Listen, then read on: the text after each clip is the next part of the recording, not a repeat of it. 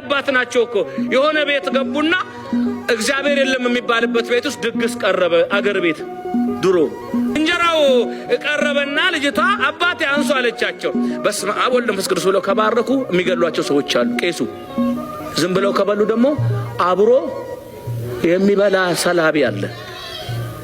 ስለዚህ ምን ያርጉ? ልጄ አሉ ከዚህ ላንሳ ከዚህ ላንሳ ከዚህ ላንሳ ወይስ ከዚህ ላንሳ? ባረኩ አልባረኩ?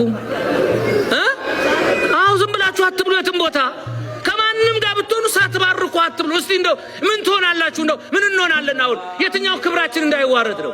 ካፌ ገብተን ሆቴል ገብተን በመናምነው ስም በስመ አብ ወልድ መንፈስ ቅዱስ አሐዱ አምላክ አባታችን ሆይ ብለን ስሙን ጠርተን በእግዚአብሔር ስም ባርከን ብንበላው ምንድን ነው የሚሆነው? ባክቴሪያ ያለው ውሃ ባክቴሪያው ይጠፋል። መርዝ እንኳን ቢሆን ይጠፋል። ስሙን ስንጠራው ከስሙ ሁሉ በላይ የሆነ ስም ስለሆነ እኛ የእግዚአብሔርን ስም እንደ ቀላል እንዳታዩ። እናቶቻችን ዱቄቱን ሲያቦኩ ምን ብለው ያቦካሉ?